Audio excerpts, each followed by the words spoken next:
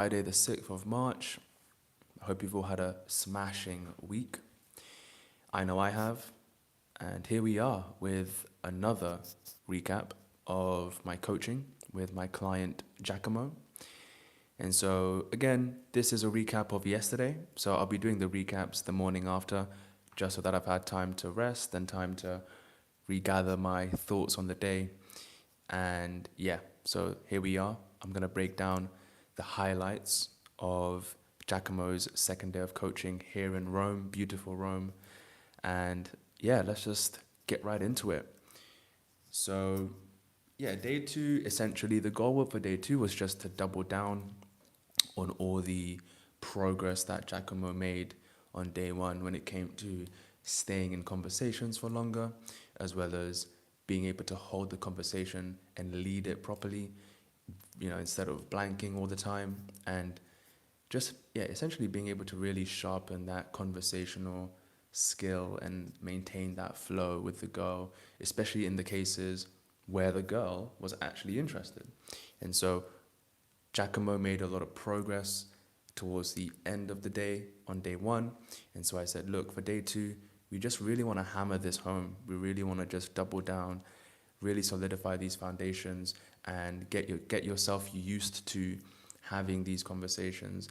And I gave him the caveat that just because that's the objective, it doesn't necessarily mean that today's going to be a day where you stop every single girl, where you have conversations with every single girl, because sometimes you have a day two or a day three or a day four where it's the complete opposite of the earlier day. And so you might have a situation where you're actually just getting blown out 24/7 and you struggle to stop the girls. Or even when you do have opportunities to stop them and they're there, they're not interested, and so you don't get that FaceTime or you don't get enough time to actually flex the conversational objectives that I gave him. So I just gave him that caveat and he understood. And so, yeah, that was the intention. And aside from that, I also wanted Giacomo to, set the date up on the spot. He'd already been closing. He's already used to that. Bearing in mind, he's already been coached a while ago. So he just needed some tweaking in terms of how he went about the close and more specifically about setting up the date on the spot so that the girl has a event or an idea of, or rather a commitment in her mind where it's a lot less likely for her to flake or it's a lot less likely for her to ghost. And so that was the other objective of the day. And so it's funny because we met up. So before we actually went out, we went into Starbucks and Giacomo was already in Starbucks. And so I'm walking there and I go upstairs and I see him talking to this girl and I'm thinking, okay, who's this? And obviously Giacomo is from the East Coast of America, so I hear this other girl's American accent and I'm thinking, oh, he's just chatting up some American girl, cool. And they're having a nice back and forth. I come in, I introduce myself, and then her friends, because apparently they're in college or whatever, her friends come in and now we all start talking as a group. And so this was nice because Giacomo was already getting into that social flow state, which is always great. And also, Giacomo told me that he'd already done an approach before he entered the Starbucks, which is a great sign of a great client. I mean, this is somebody who is an action taker, right? Is somebody who's taking initiative. He's not just waiting for me as his coach to come in and guide him throughout the entire day. He doesn't need me to always be the one to push him into approaches. And he understands that he needs to also take that initiative himself and push himself into these conversations, into these approaches, even when I'm not there for him to fall back on.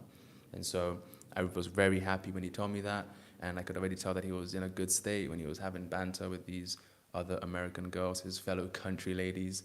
And it was funny because I was the only Brit in the conversation, and we were having a bit of banter, and I was pulling their leg, and they were pulling mine, and we were kind of clowning on each other's countries, which was quite fun. And then, yeah, I mic'd him up there and then, and I said, look, Giacomo, let's just head out now. We need to get going.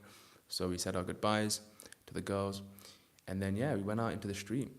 And, yeah, first couple of approaches were blowouts, but he was getting right into set, right into conversation. And then the first, let's say, best, or one of the best moments of the day was after a few blowouts where he approached this Portuguese girl, but she sounded British. I'm not quite sure where exactly she was from. And he had a nice long conversation with her. And what was funny was he didn't see this at the time, but when I saw Giacomo approach that girl, there was a couple stood right next to him walking in the same direction. And they saw the entire approach go down. And so I'm watching Giacomo do the approach. The stop was damn near perfect. He gets in front, gives her the compliment. She lights up. They're talking, and this couple is seeing it unfold. And then they literally stop a few paces ahead of Giacomo, and they're just standing there watching him, right? They're standing there watching him. The guy is like this. The girl is just smiling, and they're just standing there. And I showed Giacomo the footage. He couldn't believe it, but I showed him during the break. And I was telling him, look, there's all this discussion about cold approach or what will people think. I'm afraid of what people might think. Will people negatively judge me? Will people think I'm weird? Will people think I'm desperate, needy, etc., predatory? And here we have an example of a couple who have just seen it unfold, and they are smiling ear to ear. They can't believe it. They're dumbfounded. And I told him, look, they can't fathom the fact that you had the confidence to do it the way you did it. Because it's one thing to catcall a girl, but it's another thing to actually approach her loud, bold, direct, where everyone can hear you, and to really own that moment and to really be as convicted as he was. And so I said, it's no surprise that people respect it. It's no surprise that people admire it and are literally in awe watching it go down because maybe they can't believe it. And so that was a really great positive reference experience for him to have, which isn't a normal one because typically the positive reference experiences are all centered around the girl, being receptive, thanking you for the compliment, eventually giving you her number, going out on dates with them, eventually, having girlfriend experiences, getting laid, etc. But this was one of those reference experiences where he actually got to see how other people around him might perceive it. So that was really good for him to see. But that conversation, it was a nice conversation, but she ended up being taken. But either way, it was nice for him to get into a nice, long conversation. And at this point, he hadn't really implemented the pauses that I was asking him to implement. So one thing I noticed was Giacomo's conversations were going really well on day one, but there were some minor, let's say, weaknesses where, because the conversations were long, but they could be a bit more polarizing. And part of adding that polarization is slowing down and giving the girl space in terms of the conversation. So allowing pauses in between your responses, allowing pauses in between, when she says something, and not just rushing to the next topic. And I asked Giacomo to just experiment a little bit and, in moments where the girl's clearly interested and you've been talking for about 5 minutes, just leave a pause and just stare at her and let her ask you something back, or let her feel a little bit nervous. Let that sort of awkward giggle, tension happen. Let it unfold for a second, because that's something that really puts a foothold in the, that nice polarizing man to woman dynamic, which really, I think it increases the stakes, and it just really makes this way more romantic. And so he didn't do that initially because, again, he had a couple of blowouts at the start, and then that first conversation with that Portuguese girl, she had a boyfriend, so it wasn't really applicable. But then, eventually, literally right after that approach, he comes back to me. He's obviously bouncing, he's happy, he's, even though the girl had a boyfriend, he's at least had a conversation, and then he sees another girl. We'll call her Pink Sweater Italian girl. And this was his first close. And so the first close of the day, he stops her, great. They had maybe a 8-minute conversation. And yeah, he's doing really well in that one. They're having a nice back and forth. And his body language had improved as well, which was really good to see. And yeah, he wasn't asking as many questions. He was talking more about himself, giving his own opinion. It was making more assumptions about the girl, and just a bit more playful, much more flowing, leading the conversation. And the close, if I recall, he didn't set up a specific date, but he certainly asked her about her availability, which was good. So, I think she said that she was seeing her mother at some point later on or she was seeing her mother for the rest of this week. So this week would have been tough, but next week would have been better. And so Giacomo did well to ask her about the availability, and of course he made his intentions clear. He said, "Look, I want to take you out. I'm a tourist, so it'd be nice to have a tour guide."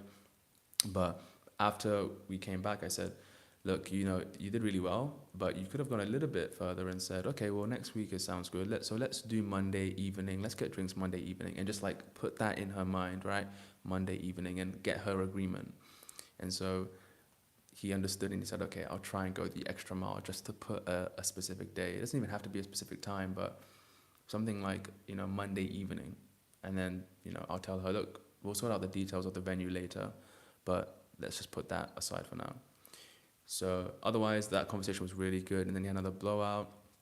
And then, so he had one more blowout and then another great conversation. So he was on a roll at this point, because at this point he's already getting 2 closes. And the next one I'm about to talk about was his 3rd close. And this was like a posh Italian woman. She likes to travel everywhere, and he stopped her really well. And he actually stopped her in a really busy part of the central strip that goes across Rome. And yeah, bold stop, lots of people around, and confident, loud. And yeah, had a nice conversation with her. I think with this one, maybe he was a little bit more nervous because she was really, really, really, really attractive. But ultimately, I think, yeah, he didn't really set the date at the end, even though we just had that conversation about trying to set up the date and trying to put it in the calendar. But the conversation was good, and maybe he was a little bit, I think in that one, the conversation went well, but not as many pauses as I would have liked. But again, totally fine, right? I don't expect my clients or my students to immediately get everything down pat, like 24/7 all the time. But either way, he was staying in the conversation for long, so it was a nice long conversation. So at this point, I was very confident that Giacomo is able to hold the conversation for longer than 4 minutes without blanking. He wasn't blanking anymore, so that was really good to see. Like, the blanking had essentially gone, right? But I remember because I can hear Giacomo since I've mic'd him up, and so after he does the approach, he walks past, and then of course I catch up with him, and I can hear him talking to himself, going, "Oh, I forgot to close." And so I woke up to him and I'm like, "Yeah, mate, exactly, you forgot to close." Which is great because he's self-auditing, right? So this is another great sign of somebody who I like to work with, is someone who is self-aware enough to identify their own sticking points in the moment. Because when I'm not there, Giacomo's going to have to audit himself. He's going to have to think back, okay, what could I have done better? Why did that not go as well as it could have? Was that one of my better approaches, or was I less convicted, or did I forget to do something? And so this was good. But yeah, we obviously got back together and kept talking. And then, yeah, we kept on going. He did another bold approach. He got blown out, but it was a bold approach because there were just a lot of people around. And so that was really good to see that he was just in this carefree state. He was bouncing at this point because he closed that Italian lady, by the way, so that was his 3rd close of the day. And then he had a few more blowouts, and then eventually we get to this like side street in Rome where there's like cafes on one side and a couple of nice stores on the other. It's a bit quieter, but there's still a fair number of people.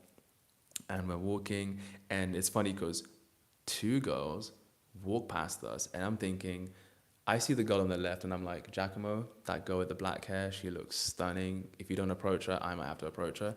But then I also see the other girl, and he sees the other girl on the right, and he goes, "Oh, but what about her?" And I go, "Look, take your pick, mate. The gods have given you 2 opportunities. It's up to you to decide." So he turns around, and I turn around to sort of follow him just to see him do the approach. And I actually thought he was going to do the one that I pointed out because she was closer and it would have been easier, but he actually wanted the other girl. And so it's funny how it played out because he kept going, and then eventually stopped the other girl. And yeah, good stop. And turned out that she was also from America, right? And yeah, so again, a fellow country lady. So that was nice for him to have that rapport with a fellow American girl. American girl. I got the accent now. He's rubbing off on me. Pause. He would like that. Um, and so, yeah, and so, you know, that was a good conversation. I think with that one, because she was from the same country, I think he got a little bit too excited about that. But again, small, let's say, conversational ticks here and there, but nothing too crazy. But I wanted Giacomo to be a bit more reserved, right? I think I told him, we want to cut out that gay best friend energy. And, Giacomo is a fairly playful, lighthearted guy, which I never want to dim down the natural personality of my clients. But I notice when they're doing it a bit too much, right? I know when it's being exaggerated because I've spent time with Giacomo and I know the way that he speaks, his banter. And so I know that when he's in front of a really hot girl, then something changes. He sounds a little bit different. And so we want to maintain that consistency, which is again part of that masculine, assertive edge of this is my frame, like this is what I do, you're in my world, and I'm gonna run this conversation like any other conversation. The only difference is I'm gonna be a little bit more flirty. But did really well with this American girl, and that was that was his third close. So the other Italian girl, the posh girl, was the second close. This was his third close, and again for this one, I don't think he set the date up, um, in person in terms of giving a date. But again, I think it was a bit difficult because the conversation wasn't as long, which is fine. But yeah, I brought him aside and I said there was a bit of a gay best friend energy there, and he actually called it out himself. So he's aware enough to know, okay, I was being a bit too excitable, which is okay. And then we had lunch. We had a bit of a break just to break down some of the footage. And then after lunch, literally, we get outside of McDonald's, and I see a girl also leave McDonald's, and I say, Giacomo, go approach her. And he's like, all right. This is the first approach after lunch. He goes straight in, boom, stops her well, nice conversation, closes, and I'm pretty sure for this one, I have to watch the footage again, but I'm sure for this one, he certainly gave her an idea of when he would like to see her. So that was good. He was implementing that feedback of, try and set up the date in person. And then we keep on going. He's still feeling great. He's in a really good mood. He's telling me, look, this is one of the best days I've had. Like, I'm getting all these numbers and the girls are responding, and I've already got potential dates lined up from the previous day. So he's feeling abundant. He's feeling great. The sun is out. Yesterday was the warmest day of the week so far. Everyone's in a good mood. We're having a good time. We're bantering. I mean, honestly, he was bouncing. He was bouncing, and he was so carefree. I could even see that he was doing bolder and bolder approaches. And so we kept going in. He got a few blowouts, but didn't lose optimism. And then eventually he, got into this Iranian girl, and he seems to have a thing for the Persian girl. So, stopped this Iranian girl. That was his fifth close of the day, and I'm pretty sure for this one as well, I think he actually set something up. So yeah, he was definitely implementing the feedback as well for that one. And then he met this girl from London, and she was leaving the next day, and he didn't set something up, which I was a little bit disappointed about, because even though she was leaving the next day, I told him, look, Giacomo, she's leaving the next day. That's almost perfect. That means you can just tell her, look, that means that we have to see each other tonight, So you can just be like, look, you're leaving tonight. If you don't have plans, let's make it a great end to your trip, right? We only have one more night to finish this romantic story. You can just weave that in. That's what I like to do. That's one of the ways that I, set up the date with a girl that I linked up with in Thailand, a beautiful Finnish girl. So, never count yourself out, even if the girl's going to be leaving soon. And then, so we had that conversation, and then he did a bold approach at the traffic stop, and he went right in front of her. Yeah. So I told him, whenever you're stopping the girl at the traffic light, you wanna stand face to face with her. Big smile, of course, but really stand face to face and face the crowd, because obviously at the traffic lights, there's gonna be people to her left, people to her right, and he did that. And even I was right there because I was like, it happened so quickly, so I had to like shift across, and I was like, God damn it, this guy is bold. Like, he just did it right next to me as well. Like, he didn't waste any time. And yeah, and he closed her, and this was great because in a weird way, she closed him. So they're talking. She's really cute, by the way. They're talking, and she's like, "Look, I have to go see my, my family, but take my number and I'll text you, and then we can set something up." So like this is before he even suggested the idea of a date. So he didn't even say, "Oh, I want to take you out." He was just talking to her, flirting with her, going through the normal conversational track. And she's the one who obviously said, "Look, I have to go, but I really like." She just made the initiative to be like, "Yeah, I actually want to see you." And so I told him, "Mate, a big reason why that happened is because of the way you approached her. You did it in the most bold, direct way possible, at a traffic light stop, right in front of her for everyone to see, and she loved it." And so that was another great positive reference experience, right? An instance where the girl herself is making it easy for him, right? This is a girl who's making it easy for him to set up a date. And those are the kind of girls that we want to approach. But you only get there by doing many reps. I mean, by this point, this was, based on what I'm looking at here with my record of footage, this was Giacomo's 22nd approach of the day. But think about it, he did 22 approaches within an hour and 45 minutes or 2 hours, right? That's a lot of approaches, right? And that's not that much time, right? Guys can spend a year doing 20 approaches, right? But he got all these numbers and closes and, solid leads by just putting in more reps. And so this was really good.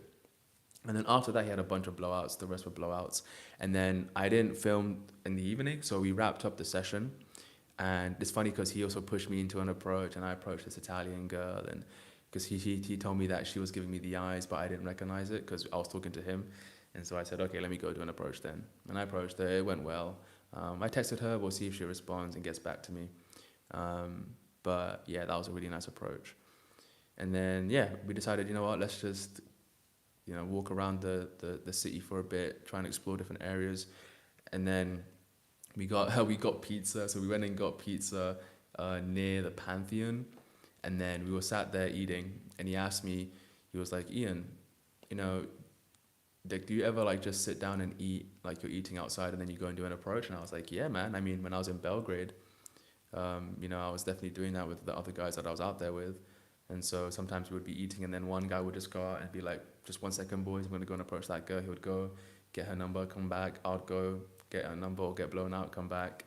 And so I told Giacomo, "Look, we can do it now." Like, because there was also like lots of people around us, and so they could see what we were doing. So I was like, "Mate, we've got a nice crowd. Let's just like have a little bit of fun, right?" So we're there eating our pizza. And as we're talking about like all sorts of stuff, like, he's into esoteric wisdom. So we're talking about esoteric videos and concepts and ideas and beliefs, and we're talking about evolutionary psychology. Like, we're talking about all sorts of funny stuff, cool stuff, sorry. And as we're talking, I'll be like, "Oh wait, 1 second, Giacomo, you see her?" And he's like, "Yeah." And I'm like, "Go for it." So he just hops off the stool, and he just goes and approaches. And then he had a conversation, came back, he told me, yeah, she had a boyfriend. I was like, cool. And then he picked somebody out for me, and I was like, yeah, I like her. So I go there, approach her, and then I come back. I'm like, yeah, she loved it, but she said she had a boyfriend. And so yeah, we're just like having fun now at this point, just two guys. I'm not even filming at this point, just two boys having a good time. And so yeah, we finish up the pizza, and then obviously the sun's coming down now. So now the nightlife, the nighttime version of Rome is coming to life, which is really nice. It's a lot calmer than the day, but still vibrant, still bouncing. And so I told Giacomo, I've not actually been to the Colosseum yet, so we should just go to the Colosseum. And he was like, great, let's do it. So we're going to the Colosseum, we're doing a few approaches here and there. I filmed some more vlog footage. And then we meet this guy, this random guy from France who's like an archaeologist, and he saw us filming, so he makes content himself. And so he asked us, hey, like, do you guys make content? I'm like, yeah, I make content. And then he's like, yeah, let's just go to the Colosseum together. because he knows a lot about it, and so we basically got a free tour guide. And so yeah, we start talking, we start getting to know this guy, and then we're walking down, and yeah, we're doing approaches here and there. And then Giacomo does an approach on this Brazilian girl, and I didn't actually watch the entire approach because I was talking to our new friend, our new French friend. But he came back like maybe 3 minutes later, and he was like, "Bro, I got her number, and this is the first time somebody's kissed me on an approach." And I said, "What?" I said, "What?" He said, "Yeah, man. You know, this Brazilian girl, like, we're talking on Google Translate because apparently she didn't really speak great English. And so, you know, they were like flirting using the Translate app. And she was really into it though. And she kissed him on the cheek and said, 'Look, text me later and we can hang out.'" And I was thinking, wow, even I've never seen that. That's never happened to me. So again, this guy's just flying. He's having a great day. You know, he's having one of those rock star, stellar, ecstatic days that, you know, you really have to relish in. And so, yeah, it was a great way to end the day. We then went to the Forum, and I got to see the Marcus Aurelius statue, which is close to my heart because I read the Meditations maybe 3.5 years ago or 4 years ago at a time when I was down bad. And so thankfully our French archaeologist friend, he told us that the statue of Marcus on the horse is actually not too far from where we were. So after the Colosseum, we went there. You know, the three of us are just talking about Roman history and yeah, just having a nice conversation. And it was really cool, really cool. I mean, this is what I love about Cold Approach. It just allows you to be free. We can make connections. We can talk to other people, and we can just enjoy ourselves. And we don't mind, you know, just putting ourselves out there and reaching out to people and forming new connections, friendships, acquaintances, etc. And so, yeah, that was the end of the night. And then I came back here, and that was pretty much it. And yeah, I'm gonna meet up with Giacomo for day 3. Although I'm gonna do a little bit of my own tourist sightseeing stuff early morning, so it is quite early in the morning. So I'm just gonna have some nice Italian breakfast with a cappuccino, and then make my way to central Rome, and I'm gonna go see the Vatican. So yeah, I'm gonna film some vlog footage, some let's say a sort of video essay on an interesting esoteric, maybe more spiritual topic related to Cold Approach. And so obviously that will come out when I release the vlog. But yeah, until then, yeah, obviously shout out to my client Giacomo, just really, really digging his feet deep and going in for his approaches and iterating and improving and really taking my feedback well. Sometimes I've been very harsh on him, yeah. I've been calling him out on certain aspects of his approach that I'm not a fan of, and you know, he was more than willing to hear it, to take it in, pause. He loves a pause, and he was willing to implement it. So yeah, more of the same. Well, I expect, and you know, I expect to see more of the same attitude for the second half of this immersion, because it's today's day 3 and then tomorrow's the last day. So that's it, boys. Hope you've enjoyed. Leave a like if you can, and yeah, I'll see you in the next one tomorrow. Ciao.